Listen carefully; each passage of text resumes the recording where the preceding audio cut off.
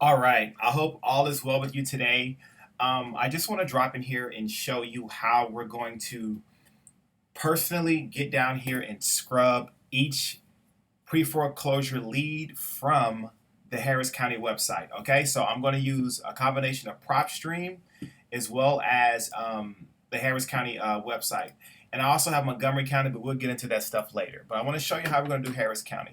So for Harris County, you're just going to have your username and password. You're going to go to Harris County Clerk website. Okay, you're going to go here, and then you're going to log in. Okay, so I have my login. I already know exactly what it is, and I have that in the Discord for you there. All right, and once you log into the Harris County court website, you're going to have your login here. You're going to log in, and then make sure that you have your PropStream open. Okay, don't worry about Discord for now, but you're going to have.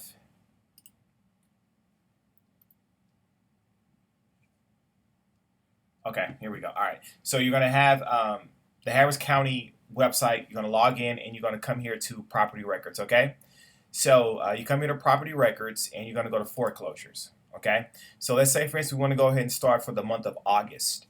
What you want to do is you want to make sure that you already have an August month set up. So I have Harris County, okay, because we're doing Harris County. Very important. Don't get the counties confused. We have Harris County Part 1, August Part 1, okay? So what we're going to do here is we can just come over here. We can click on this list, and it's going to pop up here. And anytime you want to add Part 2 list, that's what you'll do. You're going to copy this. You're going to come over here and press plus and go to Add Favorite List. And you're going to paste it, and you're just going to delete that 1 and add a 2. That way, once you get the 1 already loaded up, you can start moving on to the auction part 2 list, okay?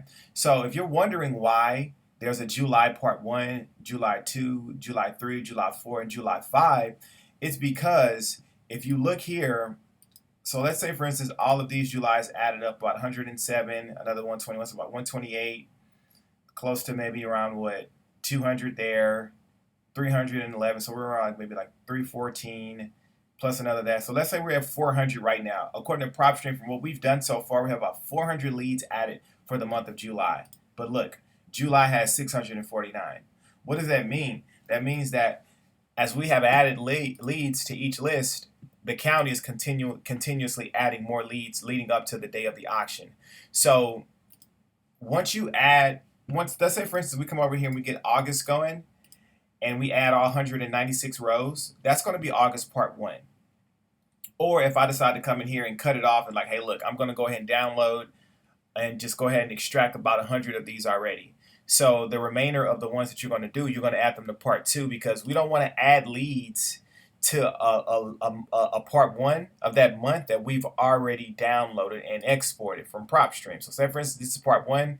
We're going to highlight all this and export it. Once I export this list, I don't want anyone adding more leads back to it. That's not going. That's counterproductive. You're going to add those leads to the part 2 list because I have not downloaded anything from part 2. So right now, as far as August part 1, let's go ahead and just do that for now, okay? And then also, what you are going to do, you're going to have two tabs pulled up for each county.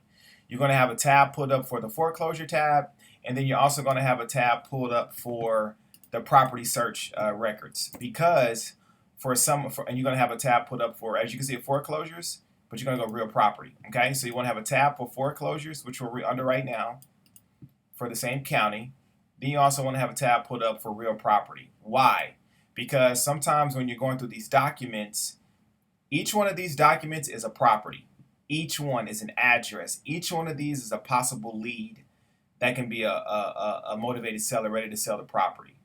Okay, so what we do is, if there's a tab that does not have the property address on there, like say, for instance, this one right here, I don't see the property address, okay? It does not have it on here, okay? Sometimes the property address is on here, which is great. Mind you, make sure you have PropStream open and you're under August Part 1. Right now, we're added only to August Part 1. We're not going to worry about August Part 2 until I tell you to start adding leads to that one. As of right now, we're going to focus on August Part 1. We want to add as many leads to August Part 1. And that's what we're under. We're on August 2023, okay? Now, we clicked on this tab here, and mind you, the reason why these tabs are clicked is because I've been through them already. So when you go through tabs, one thing I like about Harris County is there's so many tabs. Once you click on one, it's going to leave it this highlighted purple. That way you know. That you've already clicked on it. Okay. So right now we're on this tab right now. Let's look at it. Okay. Let's see if we can find the property address. Okay. We do see the instrument number. Okay. So that's what we're going to have to use to go back and find the property address, because the property address doesn't seem to be on the foreclosure trustee document. This is the document that the attorney uses to foreclose on the property, to notify the public that the home is heading to auction. Okay. And there's addresses on here that you don't want to get confused. Like, this is the address of the attorney. Like look at this, McCarthy and Holtis LLP. Like, that's an attorney address. That's not the address of the property. Okay. And you see all this other stuff over here. There's a notary stuff. There's no addresses here. And return to McCarthy and see, that's the attorney's address. That's not the property address. It's going to say property address or subject property address. But as you can see here, the address isn't on here. It just has the legal description. So we got to go back and find the deed of trust. So this is a perfect example for this to be the first document that we pulled up. So since the property address is not on here, we got to go back to the county records, which is going to be real property records. Remember, we have 2 tabs pulled up. We're only supposed to have 2 tabs, okay? But when you're looking for that document, when you click on it, it's going to pull up another tab for it. And this is that same tab we were just under, okay? So I hope you're not getting confused here. So this is the trustee document, foreclosure website. And we clicked on this tab and it opened this up for us. And we already had this open for real property. Now, we got to go and find the deed. So this is the instrument number, okay? So typically you can kind of find them in one of these over here, okay? So let's see what happens when we type in the instrument number here. So 2013, I believe it was. Yep, 2013-007. All right, 007. 0986. 0986. Let's see what happens when we type that in. Boom, look at that. DT means deed of trust, okay? So now we're on the deed of trust. So now we got 4 tabs up. Remember, you got to close out all these tabs as you are going along. We're going to go ahead and close out Montgomery for now. We're just going to focus on Harris County, okay? All right, so look, deed of trust. And now we're trying to find the property address. The trustee is not, that's not the property address. The trustee is the attorney that filed the deed. You got to focus here and you got to make sure you look at this document correctly. You want property address, okay? And there's the property address, all right? That's it, all right? And how you know that's going to be the right thing? You're going to go and look at the borrower's information, Robert Browning, which is the borrower. No, wait. Right. Okay, that's correct. Yeah. So you're gonna look at this document here, and just go to the property address. Let's just type in the property address. You see it's 19015 Yupon Hill Court. So why are we going through all of this for all of these for the county records? I don't want you to get lost here. Why are we going through all this information? Because we want to get an address, we want to plug it into PropStream and add it to the August Part 1 list. That's why we're doing all of this over here. So we're solving all these problems just so we can get a property address and add it to PropStream so that we can create a list, export it, and skip trace it and cold call it. That's what we're doing here. Or to go and door knock it. That's what we're doing here, okay? So 19015 Yupon Hill. So we're going to go over here to search, okay? 19015 Yupon Hill. Boop. And there it is, 77084. Okay? This property is going to foreclosure. All right, and look, Robert Browning. Did we see that name earlier? Robert Browning. That's it. Okay? And then we're going to save it. All right? And once we save it, it's going to say add to a group. And we're going to add that to August Part 1. All right? Bam. It's there. Okay, close. All right, now, sometimes when you type in these property addresses, it's already saved. And you're like, golly, wait a minute. I didn't save it. Well, what happens is, because I am a real estate investor, if you look at my properties, I have 65,000 properties that I've saved to PropStream just from different lists and stuff that I have. That's why I don't want you create a marketing list. I want you to add everything for the foreclosures to favorites list, because my marketing list, they're so deep. I have 65,000 leads, okay, within PropStream for me. So sometimes when you put in the address from the county website and you put in the property address here, sometimes that property will already be saved because I've had it on another list somewhere before. A lot of these properties just circulate around, okay?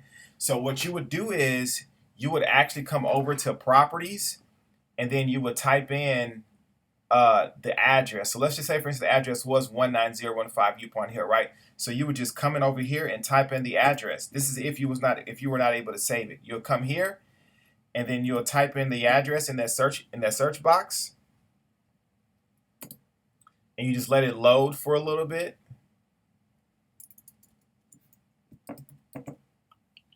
Okay. This is if you are not able to save it. You're gonna have to come over here and personally search my property records, okay, and type in the address. All right.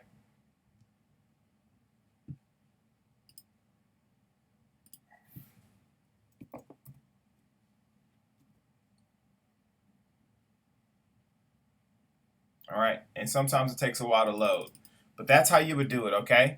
If you try to save an address and you weren't able to save it, that's because it's already in my database. So you're gonna have to come over here to My Properties, okay? Then what you would do is you'll just click here and you'll type in the property address, the street number, name, and quarter, whatever it is. And then once it pops up, you would literally have to do this, click on it, and I'm trying to show you an example, but we'll get there. I'm sure there'll be one that'll pop up like that eventually, okay?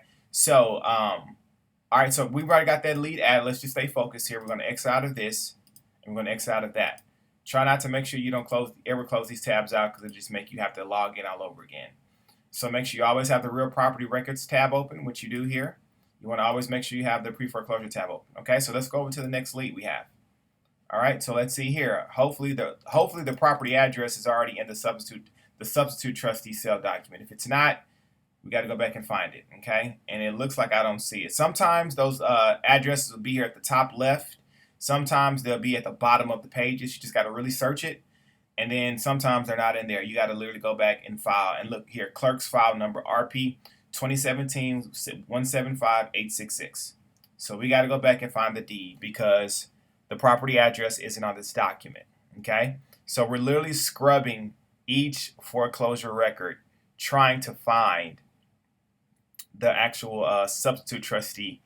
Not substitute trustee, but actually trying to find the property address for that property. And look, but hey, let's pay attention. It's right here, property address, okay? So it is there. So we don't have to worry about going back in here. We don't have to worry about going here because the property address is on the trustee document. So 8722 Lee Claire, right?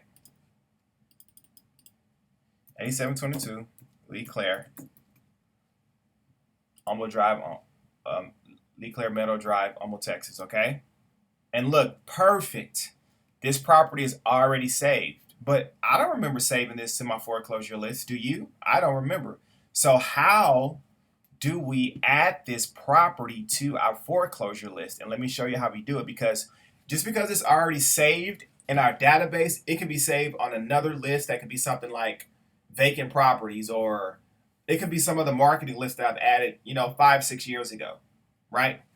So whenever we have a property that's already been saved, what we're going to do is we're going to copy the property number and the name of the street. Don't worry about the city and state.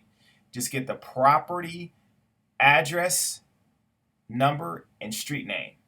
And if there's a drive or a court, copy that. So what I did is I just copied it. We're going to go to My Properties. Let me show you how you're going to add this in reverse to the list. And we're going to come here, we're going to paste it. Okay? Now I think bam, look at that. It's right there. So we're going to click on this, and then we're going to go to Actions. Okay? So we're going to highlight that. But once we put the address in, it's going to populate. We're going to click the box. We're going to go to Actions, and we're going to add to a favorites list. And then we're going to add to August Part 1. Bam. That's how we do it. There's two ways to add a property. Either it's going to be saved already in my database, or it's not going to be saved. Okay? If it's not saved, you will save it to whatever list that we are adding those leads to. If it is already saved in the database somewhere, which are all these properties, you're just going to come over here to Properties, and you're going to input the address, let it populate, hit the box, go to actions, add to favorites list. Your favorite list is going to pop up. Remember what particular foreclosure tab you're working. We're working August Part 1, and we added it. And that's how that is. That's exactly how we're going to add those leads from Harris County. It's that simple. I hope you understand that. Looking forward to working with you on some more deals. Let's get it going. Thank you.